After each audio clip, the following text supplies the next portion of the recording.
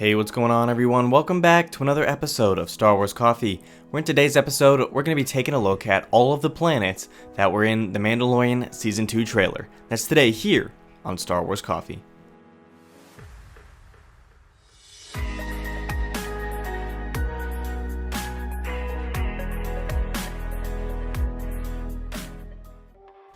Greetings, Exalted Ones. Greetings to all you Jedi, Padawans, and younglings out there. This is Star Wars Coffee, covering everything you need to know about the latest developments, news, and leaks in Star Wars, and as always, giving you my analysis. The Mandalorian Season 2 trailer has finally arrived. I'm sure many of you, like myself, have watched it multiple times at this point, and what we did in yesterday's video was do a trailer breakdown, and what I'd like to do today is dive a little more specifically into the planets that we saw in the official Season 2 trailer. So, we're going to take a look at this article from LRM outlining all of the planets that that we see in the trailer, and what I'm going to do after we go over each of what they have to say, we're going to take a look at the official Star Wars databank entry on these planets, and we're going to take a look here starting with this piece, written by Shaki. Well, it has finally arrived. The highly anticipated trailer for the second season of The Mandalorian debuted. While the trailer didn't reveal a whole lot in regards to cast, it did show that Mando will be traveling far and wide this season. The trailer shows our favorite bounty hunter traveling to different planets to what is assumed to be a search for a Jedi to return the child. While some of the planets may look familiar to Season 1, there were some that have never been seen on film or TV.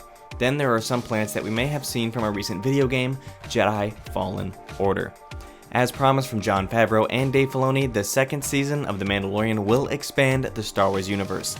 If you didn't get a chance to check out the trailer yet, be sure to do that on the channel, and if you have seen it already, let's dive into what we've seen thus far in regards to the planets. Planet number 1, Navarro. We saw both Greef Karga and Cara Dune on Navarro, where it seemed Greef was going to reorganize the guild. It was not a shock to hear that both Carl Weathers and Gina Carano would be back for Season 2 of The Mandalorian. So when we see both of them in the trailer, it's easy to tell that they're on the planet where the journey for Mando started. I don't expect Navarro to feature a lot like it was in the first season.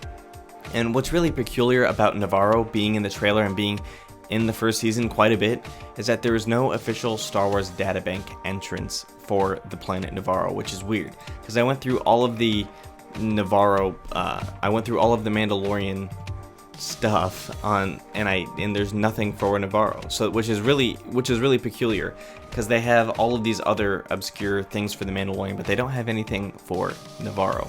So continuing on, Tatooine. There is a quick glimpse of the Razor Crest flying over with the Tusken Raider riding on a bantha. Both Tuskens and banthas are indigenous to the planet of Tatooine, where our favorite Jedi grew up.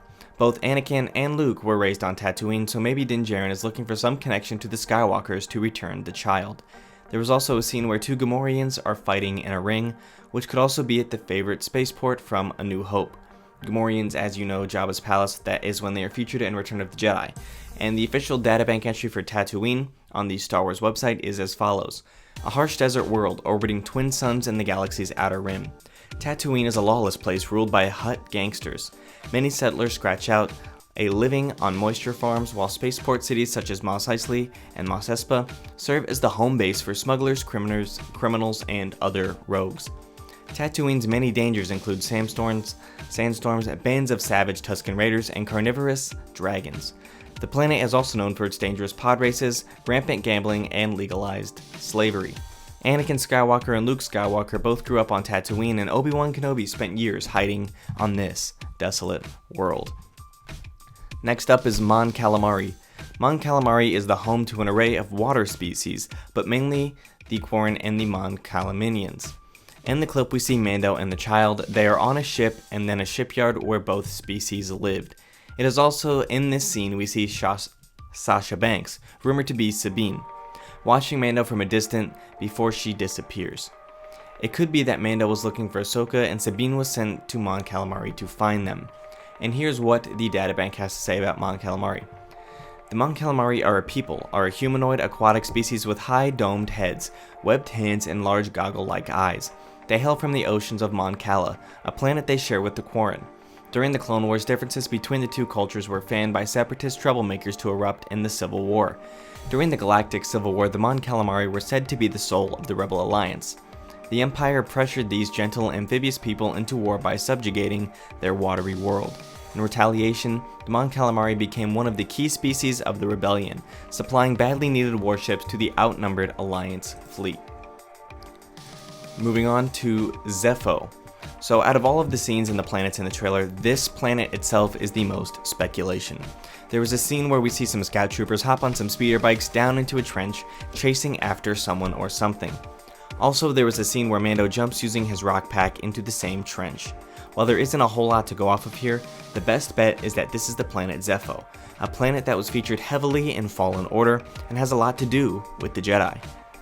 Zephoians who inhabit the planet are Force wheelers, and so Mando could be traveling there to see if the child belongs there.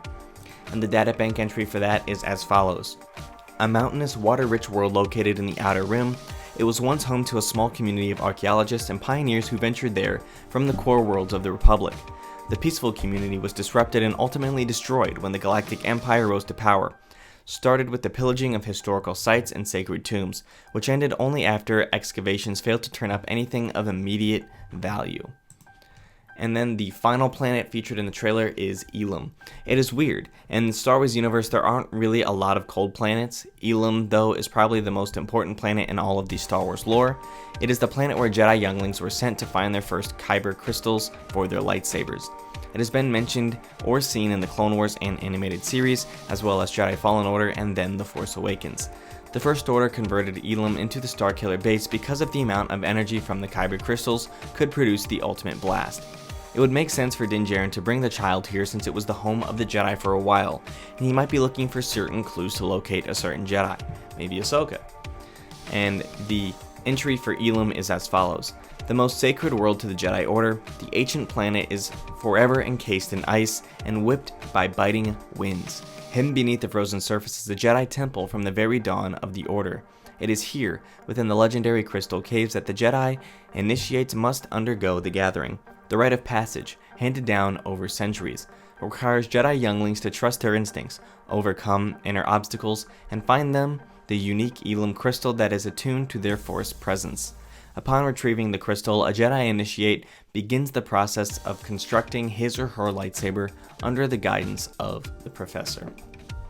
So that's the entry for Elum in the Star Wars databank, and that concludes all 4 of the planets that we are taking a look at here. 1, 2, Tatooine. So Navarro 1, Tatooine 2, Mon Calamari 3, Zepho 4, and Elum 5. So all 5 planets that we can expect in The Mandalorian Season 2. So now when we're at those planets in those episodes, you will have a bit more of background information to understand why Mando is there if they don't explicitly say in the show while they're there.